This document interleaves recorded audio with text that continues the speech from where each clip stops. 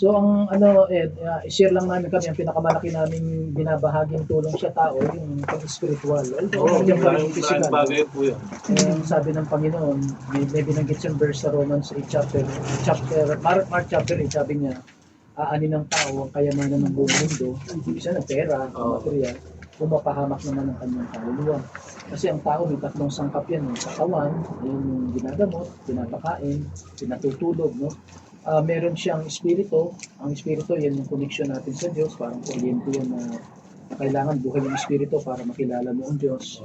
At ang mahalagang bahagi talaga yung kaluluwa. So ang kaluluwa, yan yung tayo mismo yun. Yan yung may isip, yan yung may damdamin, may desisyon. Nung nilikha ng Diyos ang tao, mag-share lang ako, maikli lang, mga 5 minutes, 10 minutes, habang nandito tayo. So sabi ng Panginoon, nung nilikha niya ang lahat, sa Genesis chapter 1, pinakahuli niya nilikha, tao.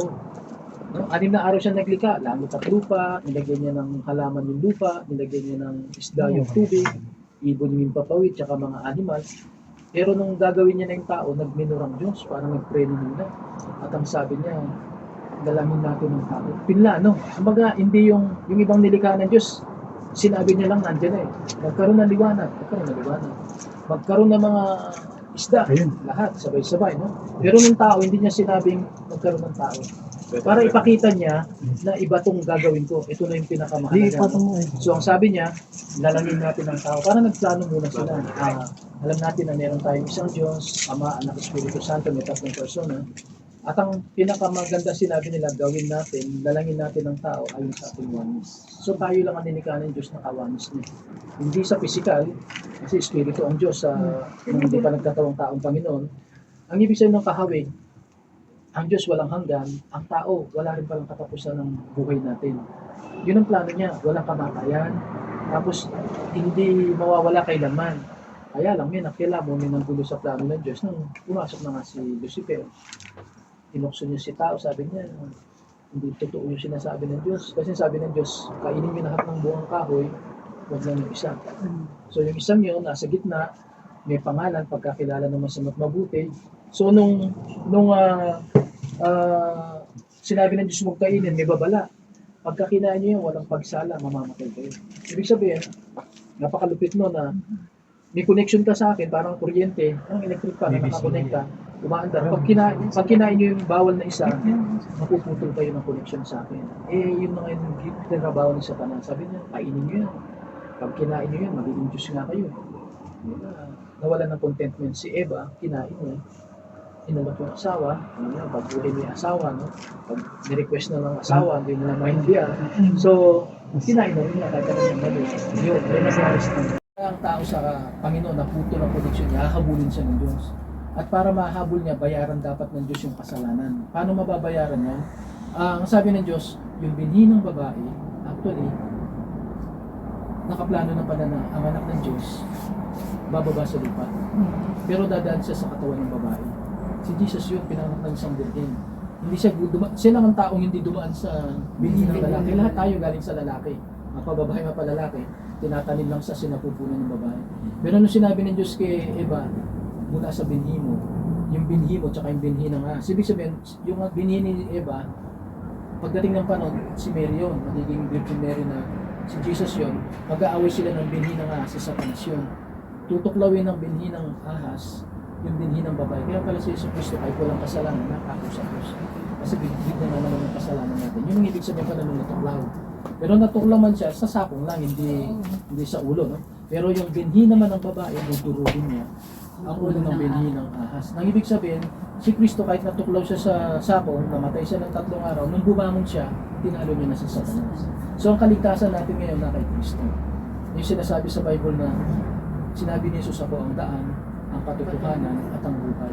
Walang makakaparoon sa Ama kundi sa pamamagitan ko.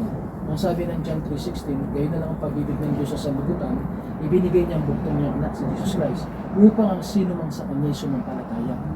Hindi reliyon hindi mabuting gawa, hindi pera Sumampalataya ka lang kahit anong dami ng kasalanan mo, hindi na siya mapapahamak. Ano yung mapapahamak? Para hindi nadalhin yung kaluluwa natin sa impyerno. Ano pang pangako niya? Kundi magkaroon ng buhay na walang ganun. Ano yung buhay na walang ganun? Yung espiritu mong patay, mabubuhay ngayon. Born again ang tawag sa Bible noon. Nakala ng ibang born again religion. Hindi, karanasan. Na actually, kahit ngayon, sinishare namin sa'yo, hindi namin alam ang background mo, pero kahit na anong background ng tao, pwede niyang gawin na isang beses sa buhay niya, Panginoon, ako po'y makasalanan. Salamat, pinadala mo ang bugtong mong anak, at ngayon ay nakilala ko na ako'y makasalanan. Magsisisi ko sa aking kasalanan. Sa oras na to, patatawarin lahat. Kahit gaano karami yan. At sa oras din ito, pag pinatawad ka na, gusto niyang tumira sa buhay natin. Yun ang sabi ng Bible na ang sino mang sa Kanya ay tumanggap. Si Kristo yun. Ang sino mang sa Kanya tumanggap, bibigyan ng karapatang maging ng Diyos. Doon tayo pala mabubunin. Pag tinanggap mo na siya sa buhay mo, bilang tagapagligtas ng kaluluwa mo at Panginoon. So, mag-pray tayo, bago tayo magkainan, total, nandito na to. Mag-pray lang ako kung nais mo. Pero maganda yan. Message. Oo, na ano ka. Nabubuhay na. Yan ang unang inaayos ng Panginoon, yung Espiritu mo ng kaluluwa. Pag naayos yan, alam mo, Nakikil mo susunod yung Spirit of God. Oh, susunod na, Nakikita ko sa mukha. susunod na yung physical. Hindi natin sinasabing hindi mo kailangan yung kagalingan, pero Yes. mas maganda yung Espiritu ay nadugtong na sa Diyos, yung kasalanan natin napatawad na, naging anak ka ng Diyos. Pag anak ka ng Diyos, madali na niyang ayusin yung physical. Kahit nga yung kagalingan pwede. Yes. Pag ginusto ng Panginoon. Pero kahit na, kunwari, alam mo sa Bible, meron mga may sakit, nalingkod ng Diyos, hindi na gumaling. Hindi naman lahat kalooban ng Diyos na gumaling. Si Pablo, preacher, may sakit. No? Meron siyang pinigsalaman na hindi gumaling. Si Timoteo, may sakit sa tiyan, hindi napagaling. Pero nagpapagaling sila. Si Pablo, may mga pinagaling. Ano yun depende sa kalooban ng Diyos. Pero sa'yo, bago ko ipag-pray yung kagalingan mo physical, yung sa Espiritu mo na sana gawin natin yung Panginoon, ako po ay nakasalanan, kabayaran pa lang yan ay kamatayan, pero dahil namatay na si Kristo, nais ko po siyang tanggapin sa buhay ko bilang pwede ba tayo mag-pray? Tapos pag-pray ko yung natanggap.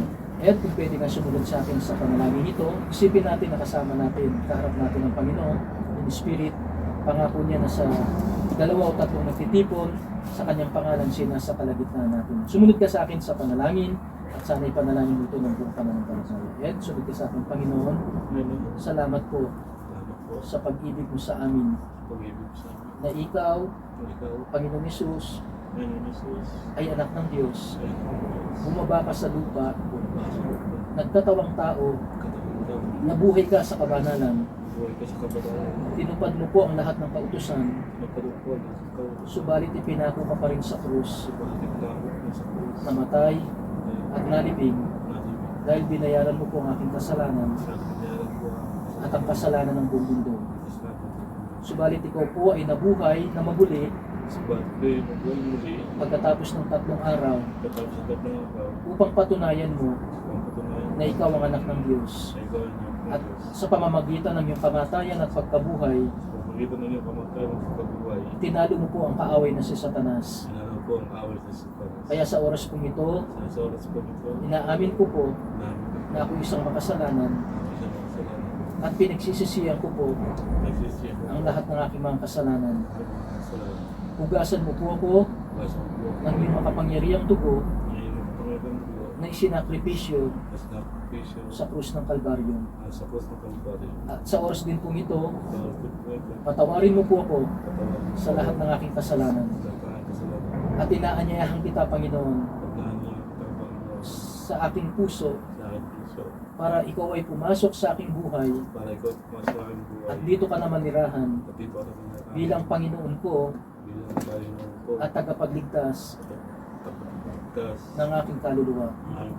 Bigyan mo po ako ng katiyakan mula sa oras na ito na patawad na po ako sa lahat ng aking mga kasalanan at hindi na po ako pupunta sa impyerno. At ako ay may buhay na walang hanggan at ako'y naging anak ng Diyos sa pananampalataya. Maraming salamat po. Dalangin ko po ang lahat ng ito na puno ng pananampalataya sa pangalan ng aking Panginoong Jesucristo, Panginoong Jesucristo, na aking tagapagligtas. Amen. God, ako naman na magpipray ngayon sa iyo, sa iyong karamdaman. Ako na lang ang magpipray. Ama naming Diyos, makapangyarihan sa lahat. Salamat po sa iyong makapangyarihang pagkilos. Dinala mo po kami sa tahanan ng isa naming kababayan. Masaya kami na makilala na may isang kababayan na matagal na panahon na nandito na sa bansang Armenia. In fact, nakapag-asawa po siya ng lokal na Armenian. Ngayon po ay nagpapasalamat kami na nakarinig siya ng mabuting balita. Ito po magbigay sa kanya ng katiyakan na siya po ay napatawad sa kanyang kasalanan, kung paano pinapatawad mo po ang lahat ng mga nagkasala na nagsisi sa kanilang kasalanan. At sa pagtanggap niya sa Panginoon Kristo, ibigay mo po sa kanya ang katiyakan na siya ay napatawad sa kanyang kasalanan, siya ay ginawa mong anak mo sa pananampalataya, siya ay may buhay na walang hanggan. At ngayon din po, nilalapit namin siya ng sama-sama kasama ng aking mga kapatiran mula sa simbahan, Panginoon, ang kanya naman pong kagalingang pisikal. Panginoon, may karamdaman po ang aming kapatid, ang aming kababayan. Sinasabi mo po sa Biblia na with God nothing is impossible. May mga pinagaling ka, Panginoon, na mas malubhang karamdaman, mga ketong, mga bulag, mga lumpo. Ang kapatid namin ay mayroon pong karamdaman na hindi naman ganun kalala. Sa iyong kapangyarihan, sa iyong kalooban, ibalik mo po ang kanyang dating kaayusan sa kanyang katawan, makapaglakad po siya ng normal, makapamuhay po siya ng normal upang makasama po niya ang kanyang pamilya, ang kanyang mga loved ones, Panginoon, at sa kanyang pagkakilala sa iyo naway magpatuloy po siya sa paglagong espiritual. Bigay mo rin po ang mga pangangailangang material at pisikal para mapabilis po ang kanyang paggaling, at ikaw na rin po magpala sa kanyang asawa, sa kanyang mga kasama dito sa bahay, at sa mga mahal sa buhay. Maraming salamat po, ibig ng pagkain na inihanda nila. Pagpalain mo po, Sara, magbigay ng kalakasan sa aming mga pisikal na pangatawan. Bigay mo po ang iyong pagpapala, pag-iingat, at iyo pong pagpapala sa buong pamilya. Ang lahat po yung aming hiling at dalangin sa pangalan po ng aming Panginoon Kristo. Amen. Salamat, kapatid. At magtiwala tayo sa Panginoon. Okay, let's eat.